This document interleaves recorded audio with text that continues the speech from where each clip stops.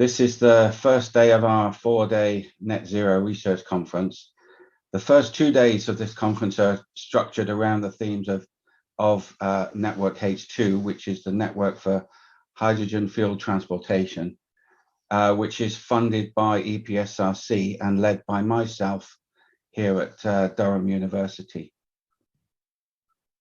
Network H2 brings together researchers, companies, government, and other stakeholders across the UK, and also interacts internationally with leading organizations and researchers in the transport field. The network is organized around 8 themes. Firstly, the whole transport energy system. Secondly, around pathways to sustainable hydrogen production and distribution,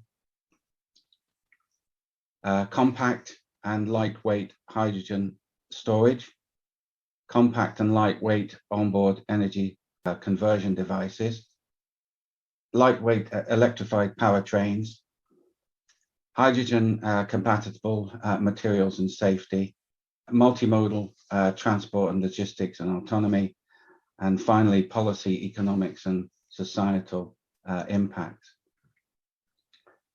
The network is funded by EPSRC and was awarded so that we could act as a forum to maximize the impact of research that's being conducted, foster communication, share best practice, and disseminate information and data on hydrogen fueled transportation research projects. Also tasked with capturing state of the art in the area and identifying the research challenges, incentivize and barriers that exist, target our feasibility funding towards new cutting edge projects, which will enable us to unlock collaborative research in this field, provide a wider forum for all stakeholders and all modes of transport and technology developers to be able to foster long-term collaboration between themselves and with new partners and new international research teams. And also to engage with the wider research community across physical sciences, social sciences, and engineering disciplines to maximize the dissemination of and impact of research outcomes and stimulate knowledge transfer between academia, industry, government, and all the other stakeholders. That's the remit of Network H2. So over the next 2 days, we will look at the challenges across the different transport modes, as well as the wider energy system required to support the hydrogen transition. Now going to start our second session of the conference of day 1. For this session, we have 3 presentations for you. The first presentation is going to be delivered by Dr. Lois Milner-Elkharouf from Arup. Lois is a project manager in Arup Consultants. She's been working on a Hive for Transport project, which is looking at delivering and demonstrating the repurposing of the gas network to supply hydrogen so that it could be technically purified and of a purity standard that is required for hydrogen fuel cells and use in vehicles at a competitive cost. Our second speaker is Mike Muldoon, who is Head of Business Development for Alstom in the UK and Ireland. In this role, he is responsible for leading and overseeing innovation, business development, sales activity across the UK and Ireland. He has worked in the rail industry since 1989, starting his career designing trains for the UK, Europe, and Asia market. He's been a member, he's moved into project roles running a number of rolling stock and signalling projects for Alstom in London, and becoming tenders director in 2010. In 2011, he took on the current role, which is specifically associated with to promote and apply Alstom's hydrogen train technology in the UK market. Our third speaker is Amanda Lyne from ULEMCo. She has over 20 years experience in hydrogen fuel cell technology sector. She's a specialist in commercialization of clean tech businesses.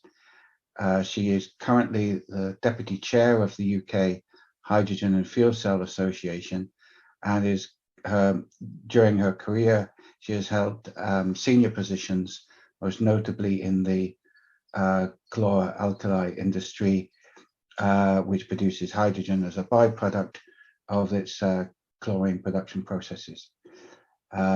She's worked in sectors related to the hydrogen economy for her whole career. So without further ado, I think, Lois, we're ready for your presentation. Great. So thanks to Tony for the introduction. So again, I'm Lois Milner-Elkharouf from Arup. So I joined Arup in 2019 after completing my PhD at the University of Birmingham in the Centre for Doctoral Training in Fuel Cells and Their Fuels. And today I'm going to speak about a project that I've been working on recently at Arup, which is called High for Transport. And it's one of the more recent projects that Arup have been involved in the hydrogen space. So just to give you an overview of what I'm going to talk about, I'll start with an introduction to Arup. I'll then go on to High for Transport and talk about Arup's approach in the part of the project that we've been involved in. I'll then talk about the challenge and opportunity that presents itself for High for Transport, and then go on to the program that we're proposing. And then hopefully there'll be time at the end for questions, or I think we've got a question session a little bit later. But this is very much a program that the scope is something that we want to share with stakeholders and refine as we move towards securing funding. So keep this in your minds, and definitely please feel free to engage with us and give critical feedback on what we've presented as our scope. So as promised, just to begin with an introduction to Arup. So we recently turned 75 years. The firm was established in 1946 by Sir Ove Arup. And the firm was established to tackle issues in the built environment, and has grown to be a global business spanning 92 offices with over 16,000 employees.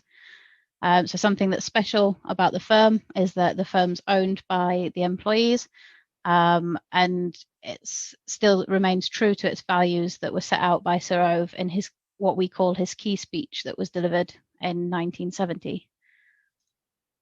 So in our latest strategy encompasses those values, and it presents 4 pillars that we're now working to. So the values are sort of encompassed in our pillars for people, excellence and influence, and then also something that we're seeing becoming more high on the agendas of both Arup and our clients is digital. So that's a new pillar that's been added. So you might recognize Arup from some of the more iconic buildings that we've delivered. So the Sydney Opera House and the Water Cube in Beijing, to name a few. But you might be less familiar with some of the work that we're doing in the hydrogen sphere. So in the UK, there's the High for Heat project, which is a project program that's being run by Arup for Bays, along with other partners. And this is looking at the safety case for repurposing the UK's natural gas infrastructure for use with hydrogen for heating applications. So this is looking at the safety case downstream of the meter, and other projects are looking upstream of the meter. So we also worked on the Scottish hydrogen assessment, looking at the potential for using hydrogen for domestic use and export within Scotland. We helped Bays to set up the Hydrogen Advisory Council and its working groups, and provided secretariat support on that. We also working on Project Cavendish, which is looking at the feasibility of supplying hydrogen at the Isle of Grain, producing hydrogen at the Isle of Grain and supplying London and the southeast of England with hydrogen. And then further afield, we're working on the Port of Auckland and looking at the opportunity for hydrogen there, and also helping SoCalGas with program creation to define a blending trial in the US. So we're supporting these projects by working as a global business. So we have what we call a Hydrogen Academy, which pools the knowledge across Arup into one place all around hydrogen. And we've seen the hydrogen agenda growing so rapidly that we've seen the need to invest in a database which is dedicated towards global projects and the information around those projects on hydrogen. So then moving on to Haifa Transport. So first, just want to cover what I actually mean by Haifa Transport. So we know that fuel cell vehicles offer one solution to decarbonising the transport sector. However, there remains a first mover disadvantage in this area. So why would somebody invest in refueling infrastructure if there's no vehicles on the road to use that infrastructure? And on the other hand, why would anybody buy a fuel cell vehicle if they've got nowhere to go and fuel it? So the Haifa Transport project tries to overcome this barrier by repurposing existing infrastructure. So the UK has an extensive natural gas network, and this project looks to determine if that infrastructure was repurposed to carry hydrogen, could the hydrogen be removed from the network and purified to a high enough standard to be used in fuel cell vehicles? So Arup started working on this project in November 2020. However, we weren't working from scratch. So HG2V, so hydrogen grid to vehicle, was a project that was started in 2018 and looked to evidence the feasibility of this concept. And then Haifa Transport will now look to demonstrate that feasibility. So HG2V was delivered by Cadent, NPL, Imperial College London, Kiwa, and DNVGL. And then in November last year, Arup joined this consortium in order to shape how a demonstration could be delivered and how the program of works could be established in order to make that demonstration successful. So our project was a short 3-month project, and along with the project partners, we firstly produced a white paper that detailed the justification for why you would do a demonstration. We then went on to look at the options for how a demonstration could be set up in different ways. We defined the program of works that would support the demonstration itself, and then we went on to look at the business case for a demonstration. And throughout this project, Arup we're using a series of different interviews and workshops with each of the different project partners in order to establish the mission, aims, and objectives of any future trial. So just taking a step back and to look at what exactly is the opportunity here. So we know that the UK has pledged to achieving net zero by 2050. And as part of this, the transportation sector will need to decarbonise. And all major energy scenarios that have been published recently have shown that hydrogen will play some part in that decarbonisation by 2050. And the Prime Minister's 10-point plan includes points for the acceleration towards zero emission vehicles. And then more generally, it also includes a point of driving the growth of low carbon hydrogen. As I've already mentioned, projects such as H21, H100 and Haifa Heat are also well underway in developing the safety case for repurposing the natural gas grid to hydrogen. However, there's no live demonstration trial for the repurposing of the network and that repurposed network being utilised for transport. So there's around 17 hydrogen refueling stations in the UK, and all of them make use of on-site hydrogen production or have the hydrogen delivered by truck. And if proven feasible, the Haifa Transport concept could provide a distribution network for hydrogen across the whole of the UK. So that's the opportunity, but then what is the challenge, or what remains the challenge? So as we know, fuel cells require an incredibly high level purity of hydrogen. So ISO 14687 defines that hydrogen should be of at least 99.97 pure for use in fuel cell vehicles. And it's known that gas networks contain contaminants. And this includes chemical species that are absorbed onto the walls of the pipes, as well as particulates that reside on the floor of the pipes. And these contaminants are from the fuel itself, but also from odorants that are added to the fuel. And these contaminants will be picked up by hydrogen as it's transported through the network. And the challenge is and these contaminants will damage fuel cells. So the challenge is therefore to purify the hydrogen at the point of delivery to a fuel cell standard hydrogen. So HG2V concluded that the concept was technically feasible, but commercially challenging. And whilst HG2V provided critical preliminary information, no practical demonstration of purification of grid supplied hydrogen took place. So that's where High for Transport comes in. And we have this vision of delivering a trial that demonstrates whether simulated repurposed gas networks could supply hydrogen, which can technically be purified to hydrogen fuel cell vehicle standard. And then most importantly, this all must be at a competitive cost.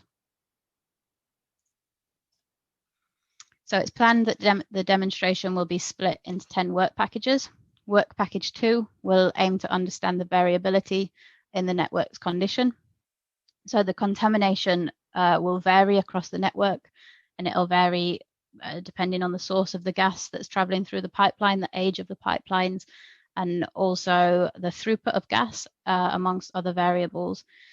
So work package 2 aims to understand this variability through sampling of both gases and particulates from locations around the UK.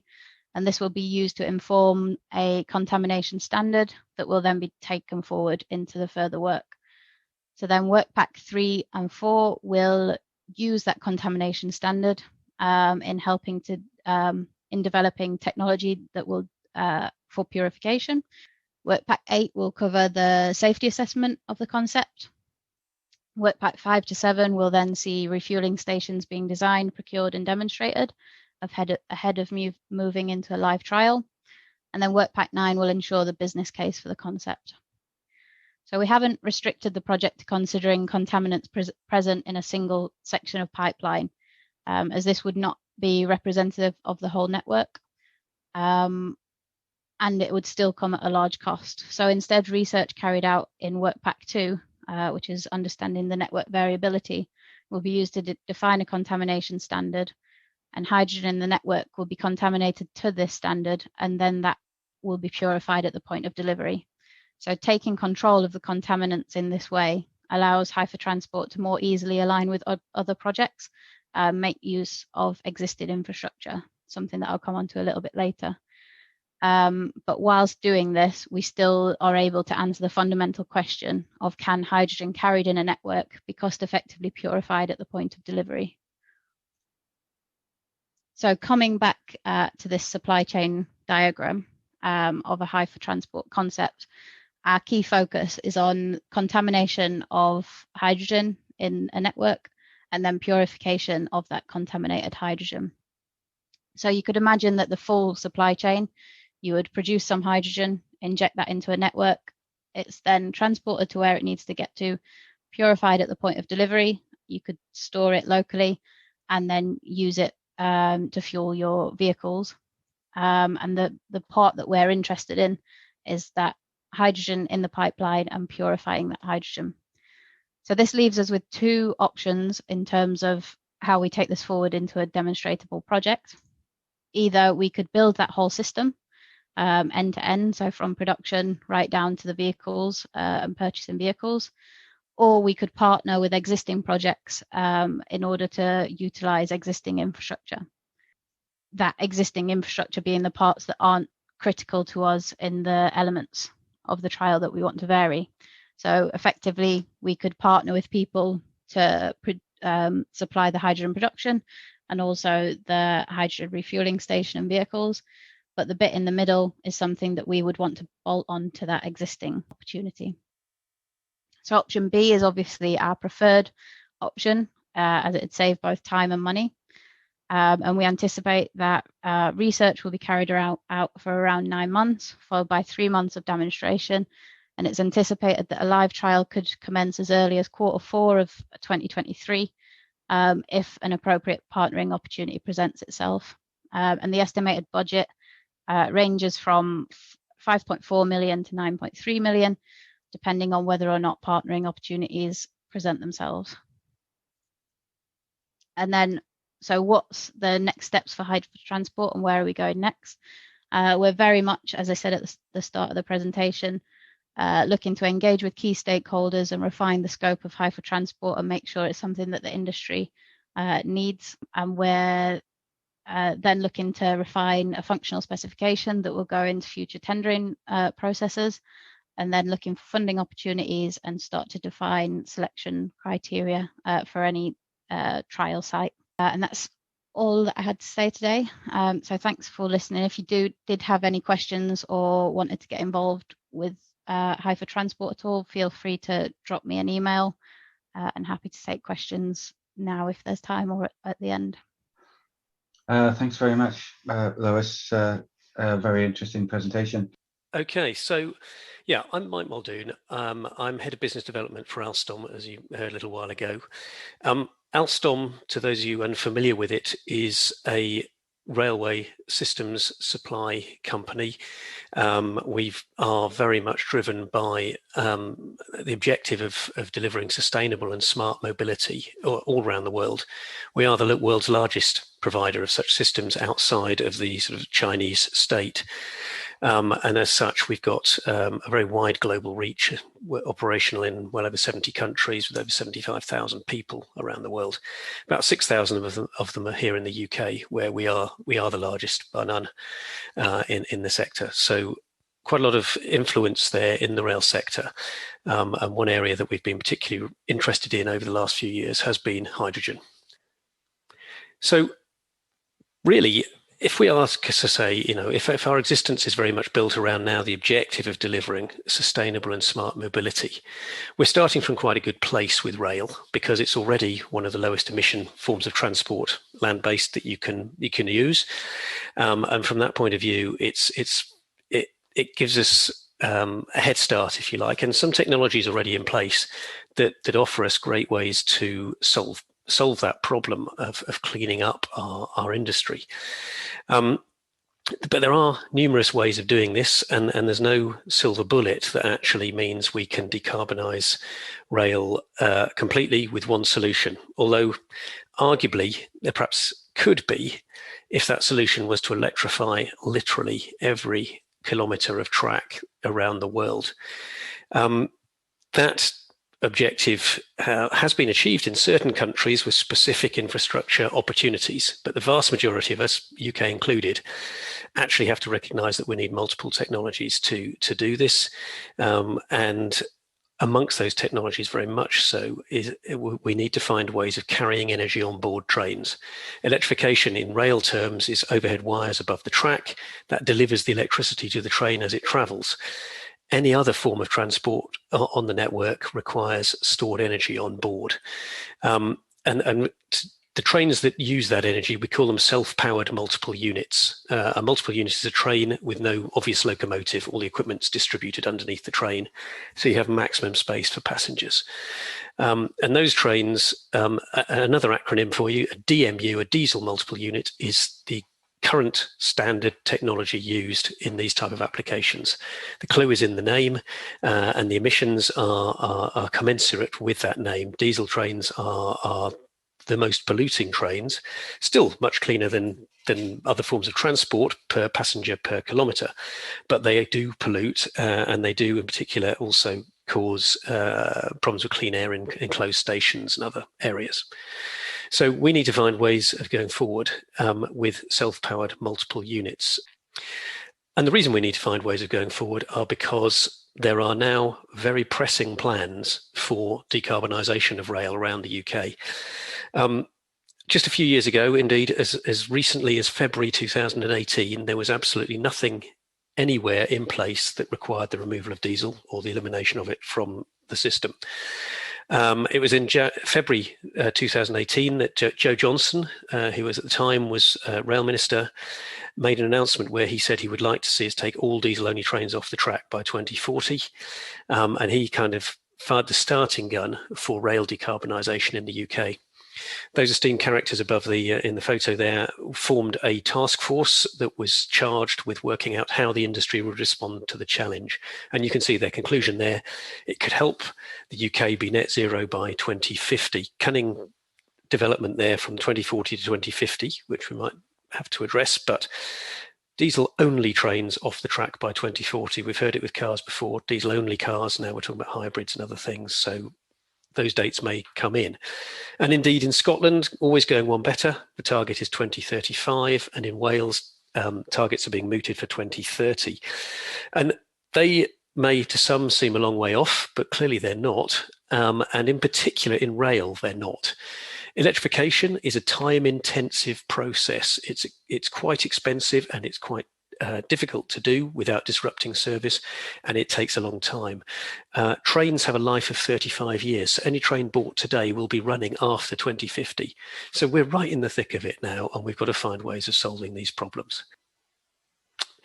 So Network Rail created the Natalie-defined Traction Decarbonisation Network Strategy, which was published as an interim business case last year. This set to determine what the best solutions would be for every route in the country in terms of how to decarbonise it most effectively, with the objective of still delivering the same level of service that was already delivered on those routes. So be that freight trains, be that passenger trains, be the mix, whatever it was, still being able to sustain and provide the same service, but without using diesel. And that led them to a conclusion that the vast majority of the network needs to be electrified. Good. Well, that's excellent. Alstom is a supplier of electrification, so we have no vested interest. We can provide that as well. But recognising those issues I just mentioned about how difficult that is to do, it's a hugely ambitious programme, especially against the time scales that we have. And so it's clear that there are going to be, in an end state, and by 2050, a certain number of self-powered trains, but in the interim also an increased number of them in order to provide decarbonised operation whilst we await and implement electrification. So that might be mixed use, it might be part electrified, part self-powered, or it might be completely self-powered. So lots of variables in the mix there, but fundamentally we still need to find that solution. And as you can see on there, they have on the map, perhaps you can see in the key, a very tiny key there, but across the bottom, the majority of the network electrified. Battery operation and hydrogen operation were the other two solutions that they identified. Now, a battery on a train doesn't take you too far, unfortunately, but hydrogen gets you a bit further, and so that is why it's of interest to us.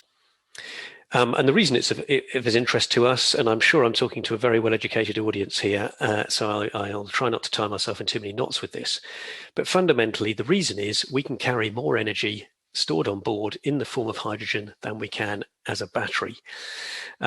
We operate at 350 bar on board the trains that we currently build, and that gives us about 1/8 of the energy density of diesel per unit volume.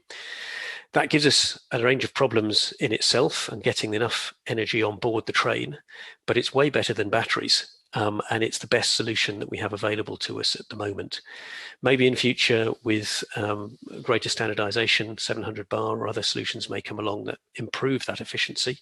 Who knows, maybe the long promised improvements in batteries will come one day as well. But for the time being, hydrogen gives us the best possible solution for longer range self-powered operation. Batteries are constrained by their low energy density, both in terms of volume and weight, and that does give us problems. So quite some time ago, we set out to try and find ways to replace our diesel portfolio. Alstom builds diesel trains and always has, but we are looking to phase that out, and as customers also react to the climate change issues around them, we're seeing demand declining now for diesel. So way back in 2012, it feels like a long time ago now anyway, first ideas were hatched in our German business to start developing a replacement for their very, very successful train called the Lint, which is a diesel train. They called it the iLint, and they made it a hydrogen fuel cell powered train. It's a fuel cell hybrid, so it has a small battery on board as well, small in relative terms, to recapture regenerative energy and make the overall system more efficient. But fundamentally, its primary energy store on board is in the form of hydrogen. We unveiled the actual first trains in 2016, and we put them into service in Germany in 2018, where they ran for nearly 2 years, clocking up over 180,000 kilometers in passenger service, just mixed into a diesel fleet. We then have operated them in passenger service in Austria, in special trials in the Netherlands.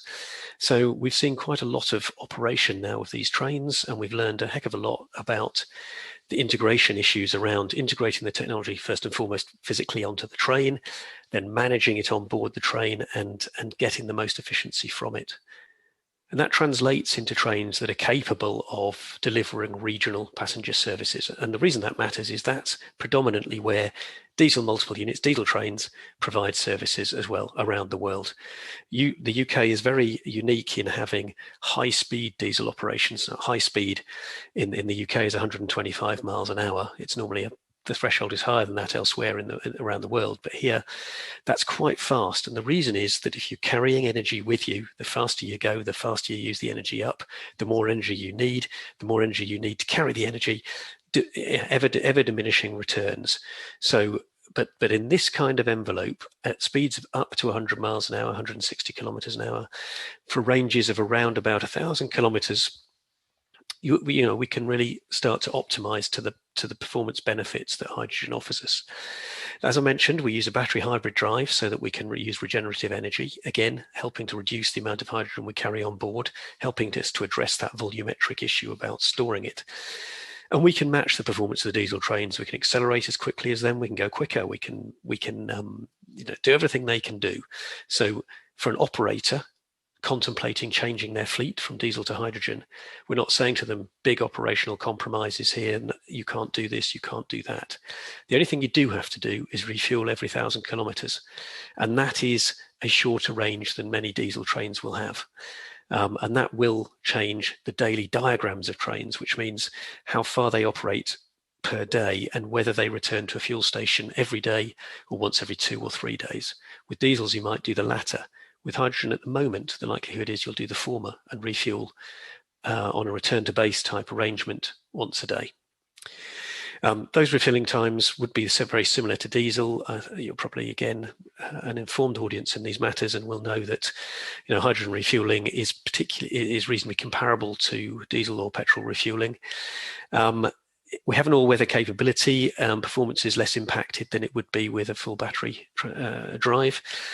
We can introduce the system without service impact, so we don't have to close the line to electrify it. We simply roll out the trains. Of course, I'll come back to how we fuel them. And as a consequence of that attractive proposition, we've now have 41 trains of this type you can see on the screen have been ordered and will enter service starting early next year, progressively over the year. And we also have orders for trains for Italy and for France of different designs. So the European countries are embracing the technology and starting to address what they do. And here in the UK, we're looking at both new and converted trains, and they'll need to match this performance, but within UK network constraints. And the problem we have there is merely that the UK network is smaller in cross-sectional area than the European network. So if you imagine a hole in the air that trains travel through, that hole in the air is smaller in the UK than it is elsewhere in Europe, predominantly because the Victorians built the railway. We were the first, and one of the lessons people learned was if you make the trains a bit bigger, you can get more things on them. We're stuck with that problem because there's thousands of bridges and tunnels and platforms and other forms of infrastructure that constrain the size of our trains. So we have to shoehorn all of the technology and find that 8 times that volumetric space for the fuel on board a smaller train. And that's what we've done. So our first concept train is called the Breeze. It is converting what's called a Class 321 train into something that becomes a Class 600. That's very train spottery stuff for those of you interested. But basically, it reflects the fact that the mode of powering the train changes, and therefore its number changes. And we've invested quite a lot of money working with our partners Eversholt Rail, who own these trains, to look at what we could do. As you can see there, what we do is we lose some space. Some of the passenger space is lost for the storage of hydrogen. That may not be an inevitable consequence for new build trains where we can work harder on finding places to put hydrogen. But where you're converting existing trains with existing structure within the body shell and everything else, you are constrained. So what we're looking at with Breeze and with our other work is to say, where do we get operational fleets deployed? We're not really worried about technical demonstrations. If you want one of those, we'll very happily, when the borders are open again, happily take anyone to look at them in Germany, ride them, operate. You know, it's all there to be done. But what we're looking at is where could they go? How would they work? How would they be fueled? Tees Valley is one possible area because, of course, Tees Valley has been nominated for the Hydrogen Transport Hub. So looking forward, that could be a location for deployment and would suit this type of train. It's currently served by diesel. And when we look at that, we always have to recognise that a hydrogen train without hydrogen to go in it is completely useless. And so how do we then look at at fueling those trains? I have to say High for Transport sounds fantastically promising, and I hope it's very successful and proves that we can cost effectively purify the hydrogen at the point of use. In the meantime, what we're faced with is probably producing our own hydrogen at the point of use and then dispensing it to the trains at that place. And with that in mind, we have developed a number of schemes. The German train schemes, in fact, all of the deployments operate on similar models where we need to create our own hydrogen in order to fuel the train. One of the reasons for that is that we need probably, for a small train fleet of about 10 trains, we're going to need about 2 to 3 tons of hydrogen a day. So that's 10 times the scale of that first trial that was just described. And it's a fairly high level of usage in transport terms with today's status quo of hydrogen transport around the world. And in fact, one of the concepts we looked at, the picture on the left there, modelled a fueling station that would have been and could still be pretty much the world's largest fueling station anywhere, producing running about 8 megawatts of electrolysis in order to produce hydrogen. And of course, green hydrogen is what everyone wants because it gives us that holy grail of zero carbon transport. And rail hydrogen trains could leapfrog electrified railways, could leapfrog battery cars, battery trains, and become, for a period until the rest caught up, probably the most carbon efficient means of land-based transport. So, there is a real objective to go for there, but we need to deploy infrastructure, we need to deploy skills, we need to create these facilities, and of course with that there is a price tag as well. And so if even I would hope to see in future that piped supply of hydrogen will prove cheaper than creating your own facilities of this scale to power trains, and look forward to the day when we have a network to feed them. But in the meantime, we've got to look at ways of doing this, and because of our time imperative, we can't just wait for everything else to happen first. We really need to get on with this. The upside is that with every decarbonised vehicle that we introduce, we start saving hydrogen. And every ton saved this year is 19 tons by 29 tons by 2050. It's a lot of hydrogen, a lot of carbon dioxide can be saved. So we need to look at how we do that. And I think this gives us an area of opportunity industrially with hydrogen, in that we are behind with battery technologies, but we could take a lead in hydrogen. I've already mentioned that 3 countries and 4 contracts for hydrogen trains have already been let in Europe. We have to be careful we don't get left behind. But we still have the chance, if we embrace technologies, if we decide to make deployments, to build the supply chain in this country that could then grow into export. I think domestic demand is always the best way to create localized industrial supply chains. And let's face it, across the piece, there are early stage technologies that we could embrace and grow. And so I think, the deployment of vehicles like this, hopefully alongside HGVs, hopefully alongside buses and other fleets, generating additional demand for all of the equipment necessary to create the trains and all of those vehicles, will give us a chance to not just decarbonize transport, but also to become strong globally in the production of the equipment necessary to do it. And that was a very quick run through of where we are with hydrogen in the rail sector. Okay, thanks very much, Mike. Very interesting and thought-provoking presentation. So next, it's Amanda. Well, thanks, Mike and Tony. You've stolen, or both of the previous speakers have stolen some of the thunder of the story behind, the application of hydrogen into HGVs. So I hope I can reinforce some of those messages already expressed, and show that similarly to the logic and process that particularly Mike and the Alstom team are doing, is to highlight why we need to accelerate and focus on using hydrogen to help decarbonise heavy-duty vehicles alongside the implementation that Mike is describing. So in context, actually, because of the kind of thing that Mike is talking about and what I'm about to talk about in a minute about HGVs, the industry association, the UK HFCA, which involves everybody from all parts of the supply chain for the hydrogen economy in its broadest sense, whether that's companies like Cadent or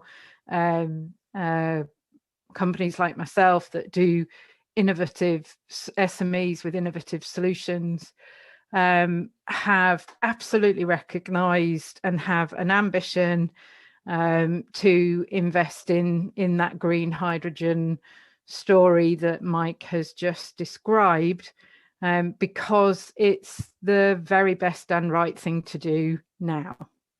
That doesn't mean to say, and we're all absolutely also sure that as part of the future roadmap, we need to include all forms of making hydrogen. And in truth, hydrogen itself isn't a colour, but there's been a rainbow of descriptions of different types of sources of hydrogen. But do you know what? The exciting thing about hydrogen and the hydrogen economy is just that it can come from a variety of sources, and there can truly provide the kind of energy vector that we need in a zero carbon or net zero future by 2050, so that we can provide the robust, reliable energy that we need in all of the applications that we're used to. But I'll draw your attention to the here and now, because that's the piece that both I'm interested in, and Greta and people actually interested in us delivering hope out of action are thinking about what we can do with green hydrogen as a no-brainer today to substantially reduce the carbon emissions of our transport energy use, which currently is a third of the UK CO2 emissions. It's the highest proportion since we've managed to decarbonise significant proportions of our electricity grid. And it's effectively one of the hardest areas to consider, because we have a whole variety of different uses in that, from everything from Mike's described trains to passenger cars that clearly are the thing that people, individuals are most interested in, right through to marine and aviation that, as per the government's announcement today, are now also included in our carbon emission targets, which is long overdue, frankly. So the ambition for industry is to enable investment that would open up opportunities for 10 gigawatts of green hydrogen to be available in the system before 2030. That's twice the volume that the government has published, and it's based on real statistics of the range of investors of what could be made available. What does that mean? If we have 5 gigawatts, so the number that is the government's target, and you think about when you'd be making those 5 gigawatts and how you optimize that to be matching with energy use from or requirement from renewables, preventing renewables being curtailed, helping with grid balancing, all the sort of no-brainer solutions, some of the seasonal demand requirements that associate with the challenge of a renewable grid. The best guess we would have is that would make 400,000 tonnes of zero carbon hydrogen available by 2030. Obviously, our industry would like to have that sooner than that, and we're talking about twice the volume of that, but that's what we're talking about. Now, Mike was right. He said 10 trains, 2 to 3 tonnes a day. Well, that would be a really good use of that on an annual basis. If we then look at the other application, HGV, which is closer to my company's interest, we could focus and should be focused on thinking about not moving that hydrogen around very much. If we're deploying, as Mike pointed out, if we're deploying the green hydrogen now, as much as we look forward to having distribution grid to be able to move the hydrogen around in the short term, we want to be moving it from the places that's generated within a local area, or in if there's significant enough volume like Mike's application, using it at source, as near to source as possible. In the HGV market, if you look at local hubs and clusters of vehicles, it's entirely feasible to imagine we could have 300 to 500 kilograms a day based hubs.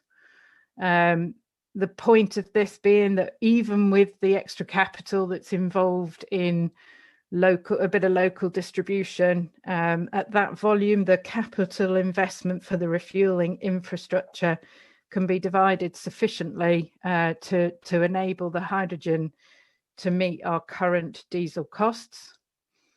Interestingly, with the government's current renewable transport fuel obligation, actually, with that little bit of support to the renewable investors that want to put hydrogen into transport, we can actually do better than diesel in road transport, which is really exciting opportunity. And ultimately, that means it opens up opportunities for commercial vehicle fleet owners that have volumes of fleet in construction, logistics, the public sector, and the buses that are definitely in the process of being commercialised. As Mike has explained, why HGVs, why are we thinking about that? For the very same reason that Mike described. We want mobile onboard storage. Hydrogen is certainly less power dense than liquid fuels that we have, but it's more power dense than trying to cram it all in with lithium ion and a vehicle, particularly cars. But for that matter, HGVs, which is the application that the trade-off works for, we can't put enough electricity in stored batteries on board the vehicle for the required daily ranges of moving that vehicle, to give them payload capacity so that they're not putting lots more vehicles on the road for every battery electric vehicle. I don't intend to malign lithium ion, but the reality is we're going to be using up less of the world's resources if we unlock and find the opportunity for HGV applications for hydrogen. Just to put that into context again, a similarly weighted vehicle with batteries will get a range of 45 kilometres, whereas a similarly weighted vehicle with hydrogen combustion technology, this chart is talking about because it doesn't have the extra battery and fuel cell technology, can do 10 times that range on the same amount of hydrogen. I'll come back to hydrogen combustion a bit later. So what does that mean?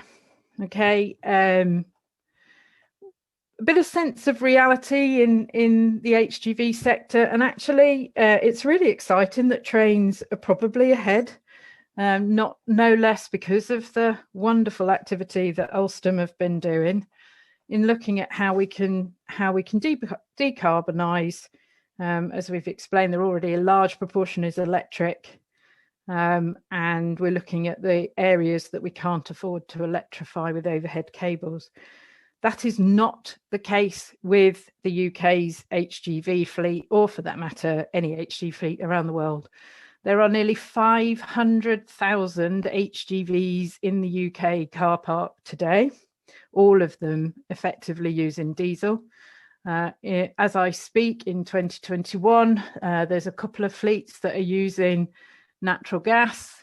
Companies like John Lewis are sort of taking biogas certificates and using the gas to help them use and decarbonise that way.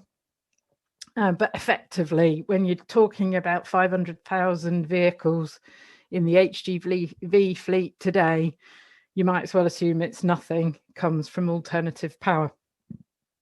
There's a proposal based on the the CCC's committee targets of our ability to deliver net zero, is that we might need to consider not only banning new passenger cars from being anything other than zero emission by 2030, that actually we need to do HGVs by 2035.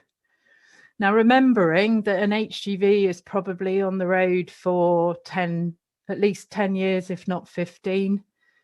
That says within one vehicle lifetime, we would be able to have technologies that mean all the 50,000 vehicles in the year bought new would either be electric or zero emission.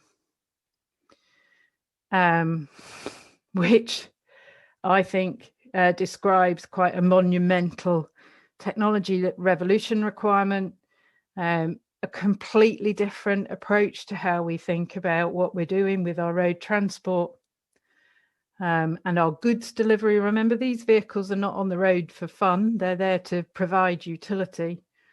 And basically we need to radically transform this application even faster almost than I can see happening in the train area, because at least in the train area we can think strategically, whereas every single one of these vehicles is probably owned by or driven by individuals and smaller fleets across the country. So one of the things I did want to bring into context is the black part of this chart. So these figures on the chart in front of you actually come from looking at the alternative fuel strategy proposed, or opportunity proposed, by the ZEMO partnership recently. And it's a little bit of a challenge to some of the assumptions to government at the moment that currently is just focused on the end game, the 2050 game. But the reality is we probably are heading for a point where we need to fall off a cliff to convert them if we don't look at alternatives that might be available within the road systems today. That includes the hybrid HGVs and a technology I can talk to you about, our dual fuel technology.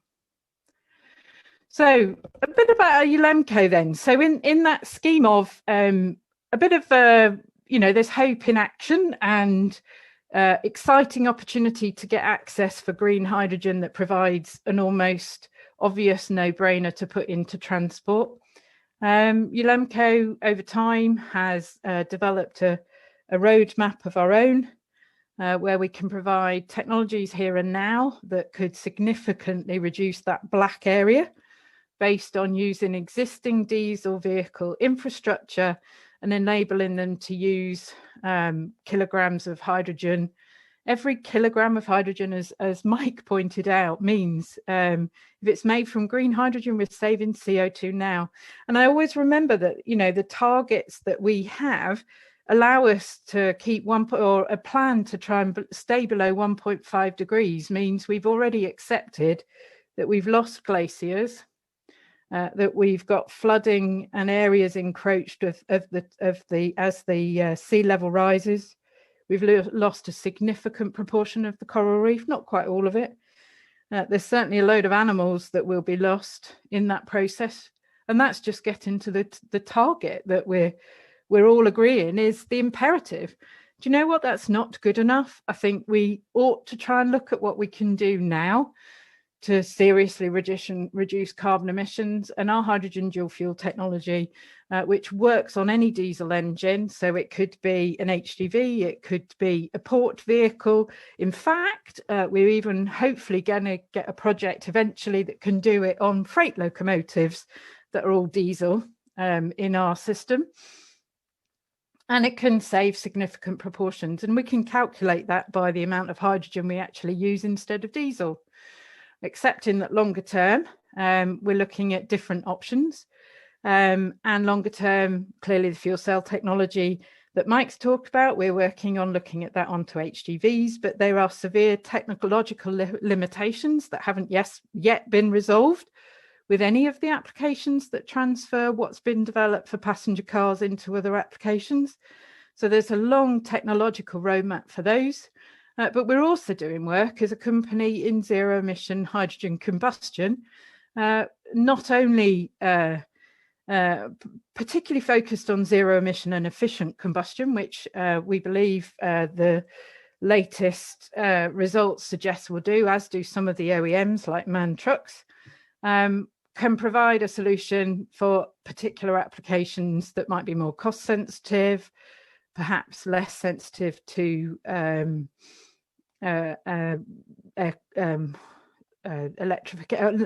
less able to be electrified with the regenerative braking that Mike talked about, and ultimately should be part of the solution going forward. Applications like marine may lend itself to zero emission ICE, as I said, so will some of the truck applications or the non-road machinery. Just to set that into context, why do I say that this is an easy way to deploy the technology? Well, the reality is, for a vehicle, we've packaged a solution that enables a proportion of hydrogen to replace diesel within the normal daily operation of the vehicle. That involves putting onboard hydrogen storage, but because we're not only relying on hydrogen or electrification, we can have diesel to complement it, so the operator still gets all the utility that they need for the vehicle at the moment. We've developed the ECU and the mix so that when we mix hydrogen with diesel, we ensure that that delivers at least as good as Euro 6 emissions. And in fact, in some applications, we're showing it significantly better, particularly on NOx. We modify the engine with a small part that's already manufactured at scale because it's within an engine that's a technology and proven. And we can do all of that in the here and now. We've actually run trials with a whole variety of major fleet owners, of which most of them are listed in front of you. And we've demonstrated the flexibility of the technology on all sorts of HGVs. One of the things that's very clear is the OEMs are working on an 80-20 rule. The vehicle that they sell most of is big Arctics. And they're doing work on fuel cell and electric in those kind of areas. But there's a whole raft of other vehicles in very specialist applications that have unique duty cycles that are going to be a challenge to decarbonise. And as Mike said, every single one of those are saving emissions now. So as a tiny example, we're part of the low emission freight trial, which enabled us to show the breadth of applicability of the technology.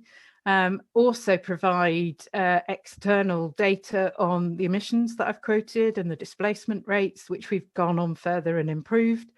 And all of those vehicles, you know, save tons of CO2 by deploying them. They could have done more if the hydrogen infrastructure had been more reliable. And once these vehicles have the hydrogen enablement installed, the single biggest factor that ensures that they can deliver the CO2 emission saving that the investment warrants is to have a reliable route for hydrogen refueling.